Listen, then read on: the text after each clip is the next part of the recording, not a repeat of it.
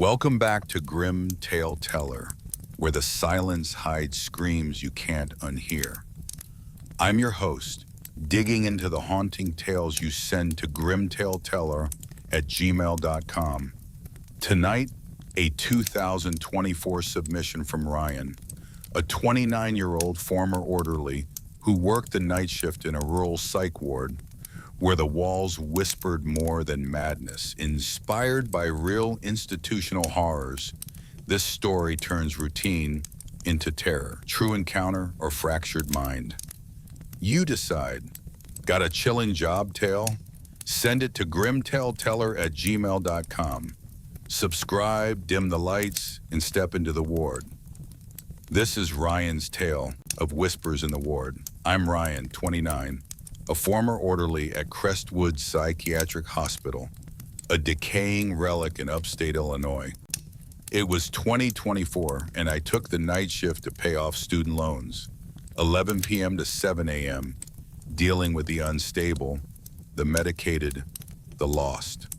The place was a maze of chipped paint and flickering lights, built in the 50s, rumored to house lobotomy experiments back then.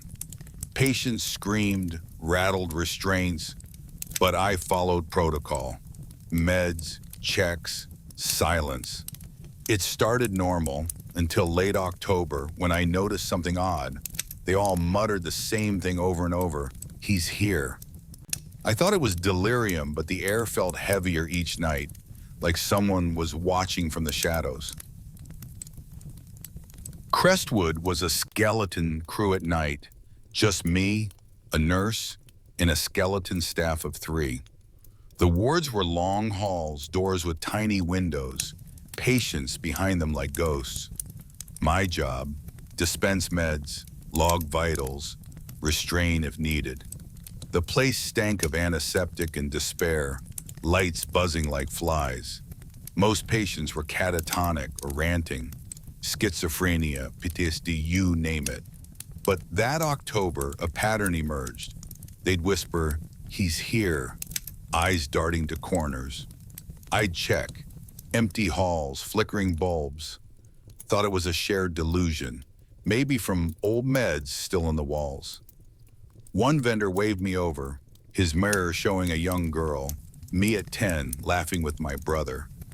Trade, he rasped. I laughed nervously. For what? He pointed to my head. A memory. Give, take, I should have run, but curiosity won. I'd buried my brother's death, car crash, 2015, deep. The guilt of surviving, eating me alive. Take that, I said, pointing to the pain. The mirror glowed and I felt it lift.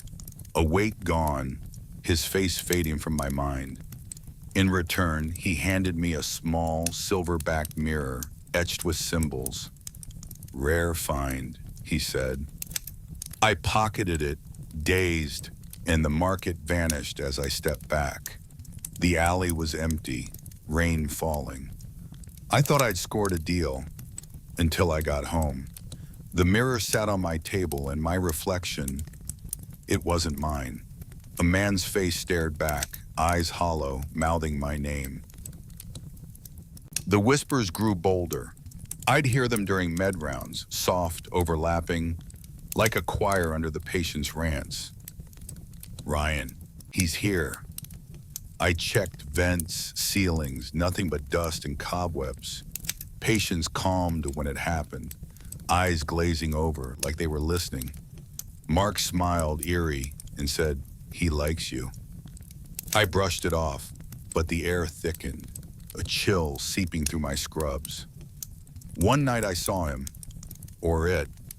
During the med room, prepping pills, a shadow stretched across the wall, taller than any staff, coat flapping without wind. I spun, empty. The cam footage? Blacked out for that minute. I told Carla. She laughed. They're medicated, it's noise. But I felt watched, my name echoing in my ears during quiet moments. Patient 7, a mute woman wrote on her pad, Shadow Man. Don't look, I avoided the halls after that, sticking to the nurse's station. Then came the incident. Mark escaped his restraints, impossible triple-checked locks. He stood by the window, staring out, whispering, "He's coming for you." Before I could react, the shadow loomed behind him, solidifying, tall, faceless, coat tattered. Mark dropped, heart stopped, and the figure vanished. The crash team called it natural causes. I knew better. It was a warning. Mark's death haunted me. The coroner ruled cardiac arrest, but his eyes, wide, black like ink, stared into my dreams.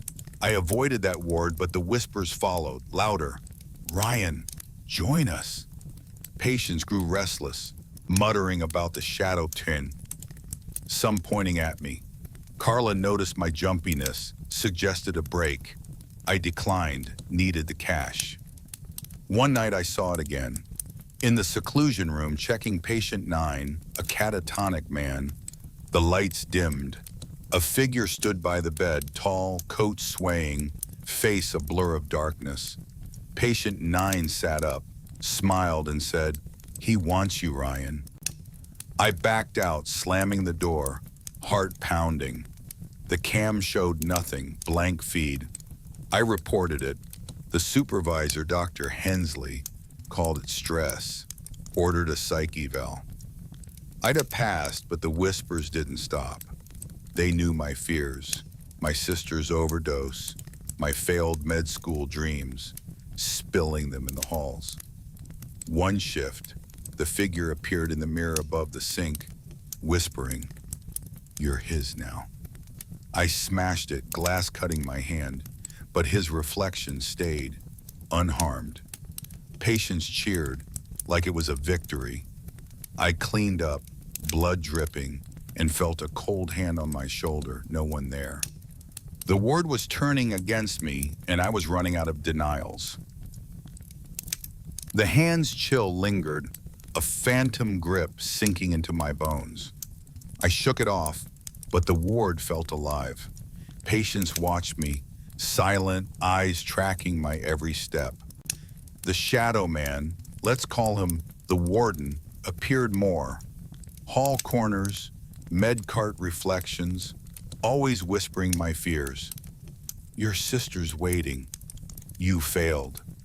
I clenched my fists, pushed through rounds, but the weight grew. One night, patient 9 escaped seclusion, restraints undone, door ajar.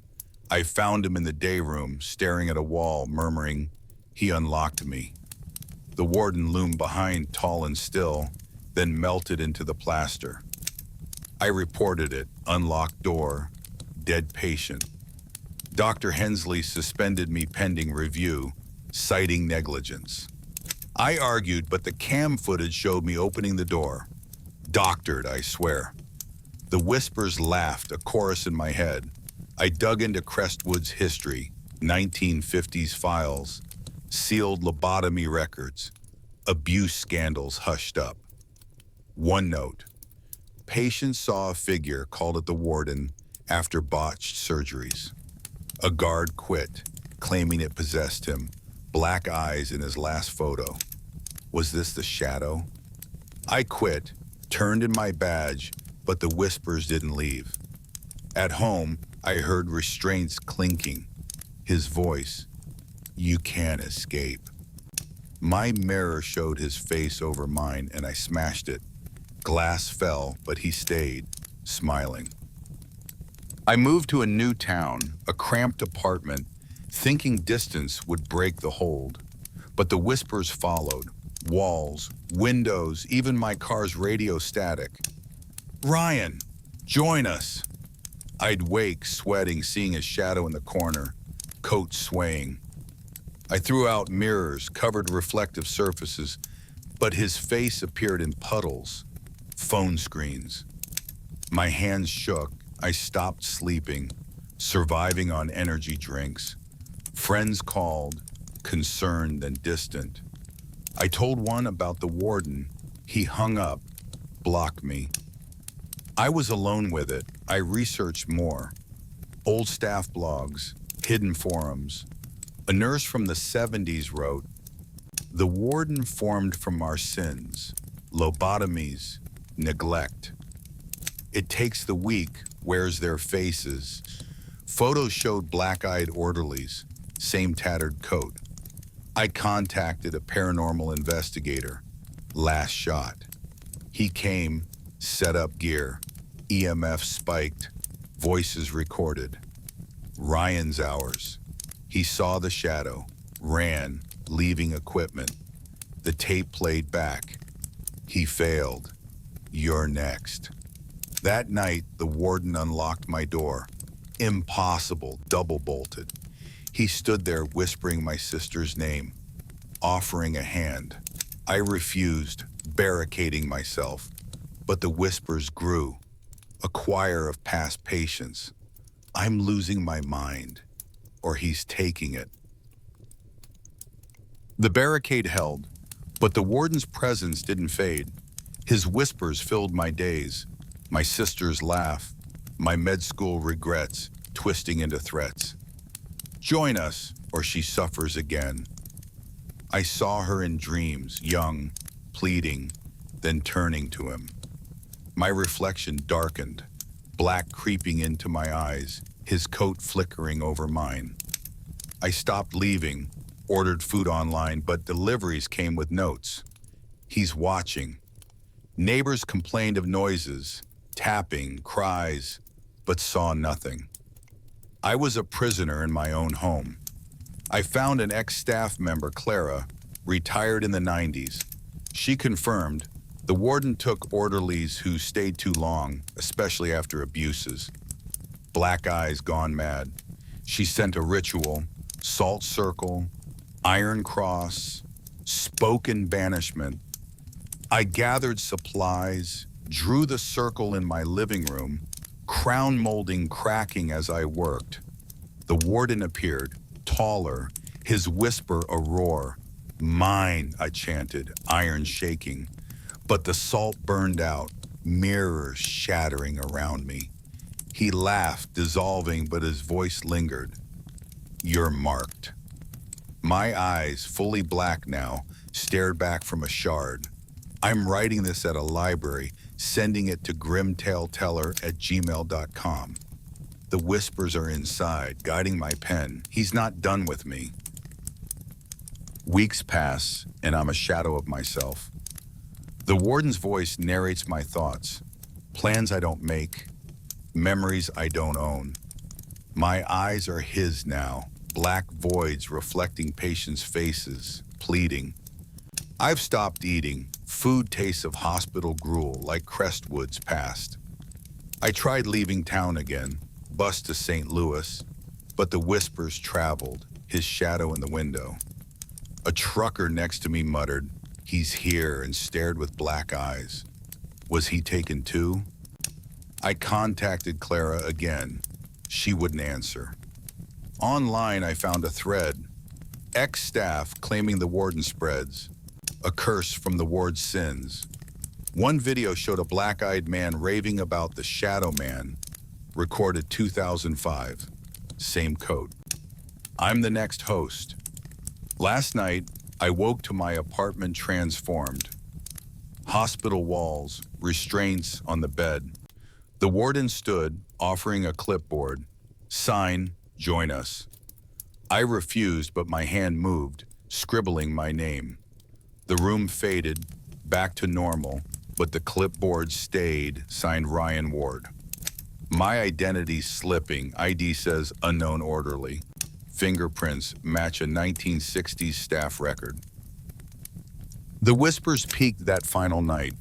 Dr. Hensley scheduled ECT for patient 9, a controversial treatment, effective for severe depression, but with risks like memory loss and fractures, often debated for its past misuse.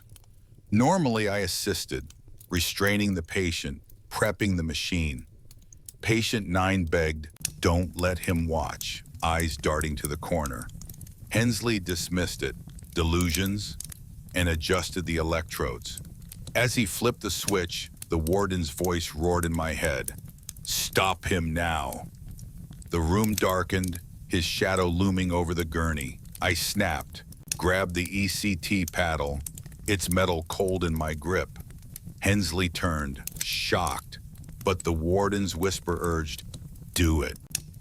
I lunged, jamming the paddle against his chest. He convulsed, eyes bulging, dropping like a puppet with cut strings. The patient screamed, alarms blared. I stood there, the warden's laughter echoing as his shadow merged with mine. They restrained me, charged with murder. The trial. Psychotic break, they said. Sentenced to life in Crestwood, now as a patient. The warden visits daily, his whispers my only company. Welcome home. The doctors say I'm improving, but I know he's here, in me. The ward's my prison, forever. And that's Ryan's tale, a psych ward's shadow that whispers beyond the walls, claiming more than sanity. Was the warden a ghost, a curse, or a mind's collapse? The silence holds its answer. Thanks to Ryan for submitting at grimtaleteller@gmail.com. If this ward horror chilled your spine, subscribe for more weekly terrors. Like if you'd face the shadow or flee, and share your eeriest job story below. November brings new shadows. Stay tuned. Until then, lock your doors and avoid the quiet. This has been Grim Tale Teller. Good night, if the whispers let you.